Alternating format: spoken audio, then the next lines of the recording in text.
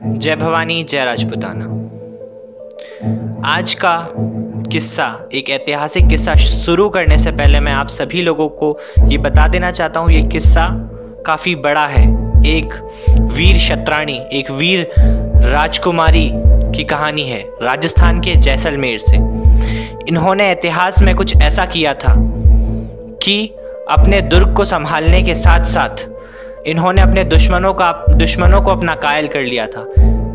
कुछ मुगल दुश्मन इन्हें देवी की तरह पूजने तक की बातें कर रहे थे। इस कहानी को पूरा सुनने के लिए आपको इस वीडियो के साथ अगले वीडियो में भी इसका आधा हिस्सा मिलेगा, जिसका लिंक वीडियो के डिस्क्रिप्शन में है, तो पूरी कहानी जरूर सुने।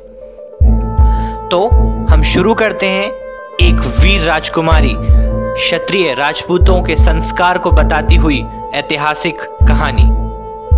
राजकुमारी ने हंसकर कहा, पिताजी दुर्ग की चिंता मत कीजिए, जब तक उसका एक भी पत्थर से मिला है उसकी रक्षा मैं करूंगी। अलाउद्दीन कितनी भी वीरता से हमारे दुर्ग पर आक्रमण क्यों ना करे, आप निर्भय होकर शत्रु से लोहा लें।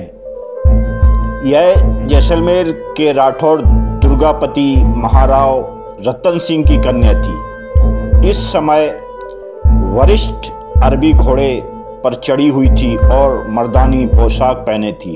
उसके कमर में 2 तलवारें लटक रही थीं। कमरबंद में पेशकब्ज, पीठ पर तरकश और हाथ में धनुष था। वह चपड़ घोड़े की राश को बलपूर्वक खींच रही थी, जो एक क्षण भी स्थिर रहना नहीं चाहता था।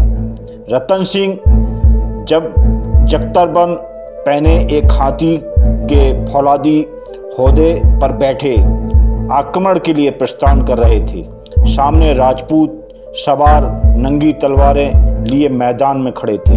उनके घोड़े हिनना रहे थे और शस्त्र झुंझुना रहे थे। रतन सिंह ने पुत्री के कंधे पर हाथ रखकर कहा, बेटी, तुमसे मुझे ऐसी ही आशा है। मैंने तुझे पुत्री नहीं पुत्र की भांति पाला और शिक्षा दी है। मैं दुर्ग को तुझे सौंपकर निश्चिंत हो रहा हूँ। सावधान रहना, शत्रु वीर ही नहीं धूर्त और छलिया है। बालिका ने वस्त दृष्टि से पिता को देखा और हंसकर कहा, नहीं पिताजी, आप निश्चिंत होकर प्रस्थान करें। रतन सिंह ने एक तीव्र दृष्टि अपने किले के धूप से चमकते हुए कंगूरे पर डाली और हाथी बढ़ाया। गगनभेदी जय निज्जिनान से धरती आसमान कांप उठे।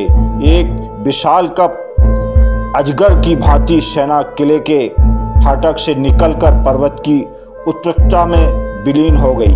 उसके बाद घोर चीत्कार करके दुर्ग का फाटक बंद हो गया। टिड्डी दल की भांति शत्रु ने दुर्ग को घेर रखा था। सब प्रकार की रसद बाहर से आनी बंद थी। प्रतिदिन शत्रु गोलियां और तीरों की वर्षा करता था, पर जैसलमेर का अजय दुर्ग गर्व से मस्तक उठाए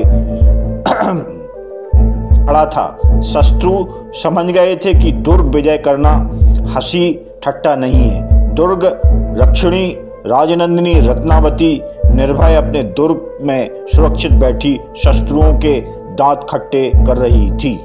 उसकी अधीनता में पुराने विश्वस्त राजपूत वीर थे, जो मृत्यु और जीवन को खेल समझते थे। वह अपनी सखियों समेत दुर्ग में किसी बुजुर्ग पर बढ़ जाती और शत्रु सेना का खट्टा उड़ाती हुई वहां से सनसनाते तीरों की वर्षा करती।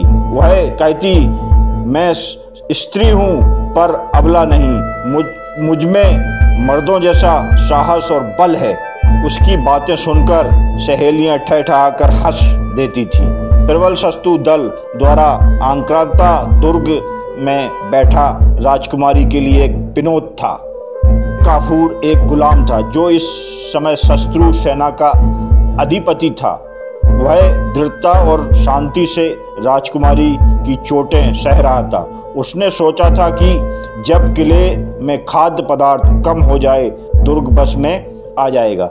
फिर भी वह समय समय पर आक्रमण कर देता था, परंतु दुर्ग की दीवानों और चट्टानों को कोई क्षति नहीं पहुंचती थी। राजकुमारी बहुधा दुर्ग पर से कहती, यह धूर्त गर्द उड़ा रहा, गोलियां भी बरसा कर मेरे किले को गंदा और मैला कर रहे हैं, इसमें क्या लाभ है। शत्रु दल ने एक बार दुर्ग पर आक्रमण किया। राजकुमारी चुपचाप बैठी रहीं। जब शत्रु आधी दूरी तक दीवारों पर चढ़ आए तो भारी भारी पत्थरों के ढोके और गर्म तेल की वह मार पड़ी कि शत्रु सेना छिन्न भिन्न हो गई। लोगों के मुंह सुलझ गए, कितनों की चटनी बन गई। हजारों शत्रु सैनिक तौबा तौबा करके प्राण लेकर भागे। जो प्राचीन तक पहुंचे मौत के घाट उतार दिए गए। सूर्य छिप रहा था, प्राची दिशा लाल लाल हो रही थी। राजकुमारी कुछ चिंतित भाव में अति दूर पर्वत की उत्तुंगता में सूर्य को डूबते हुए देख रही थी। उसे 4 दिन से पिता का संदेश नहीं मिला था। वह सोच रही थी कि इस समय पिता को क्या सहायता की जा सकती है। वह एक बुर्ज के नीचे बैठ गई। धीरे धीरे अंधकार बढ़ने लगा। उसने देखा एक काली मूर्ति धीरे धीरे पर्वत की तंग राह से किले की ओर अग्रसर होगा। वह चुपचाप उत्सुक होकर उधर नहीं अग्रसर हो रही है। उसने समझा कि पिता का संदेश वाहक होगा। वह चुपचाप उत्सुक होकर उधर ही देखती रही। उसे आश्चर्य हुआ जब उसने देखा कि वह गुप्तचर द्वार की ओर न जाकर सिंह द्वार की ओर जा रहा है। तब अवश्य शत्रु है। राजकुमारी ने एक तीक्ष्ण बाण अपने हाथ में लिया और छिपती हुई उस मूर्ति के साथ ही द्वार की ओर के ऊपर आ गई। वह मूर्ति एक गठरी को पीठ से उतारकर प्राचीन पर चढ़ने का उपाय सोच रही थी। राजकुमारी ने धनुष पर बाण चढ़ाकर ललकार कर कहा, वहीं खड़ा रहे और अपना अभिप्राय बता। काल रूप राजकुमारी को सम्मुख देख व्यक्ति भयभीत स्वर में बोला, मुझे किले में आने दीजिए, बहुत जरूरी संदेश है। वह संदेश वहीं से कहे, वह अतिशय गोपनीय है, कुछ चिंता नहीं कर, मैं किले में आकर कहूँगा। उसने राजकुमारी ने दहाड़ते हुए कहा, उससे पूर्व यह तीर तेरे कलेजे में पार हो जाएगा। उस काले कलर की मूर्ति को से बात करते हुए आगे क्या हुआ? क्या वो उनके पिताजी का संदेश था या वो किसी शत्रु की चाल थी? इसके आगे की कहानी को सुनने के लिए वीडियो के डिस्क्रिप्शन में जाकर वीडियो लिंक क्लिक करें और आगे की कहानी सुन लें। वीडियो ठीक डिस्क्रिप्शन के अंदर है। और साथ ही साथ इस वीडियो को लाइक कर दें, शेयर कर दें और सब्सक्राइब करें। जय भवानी, जय राजपूताना।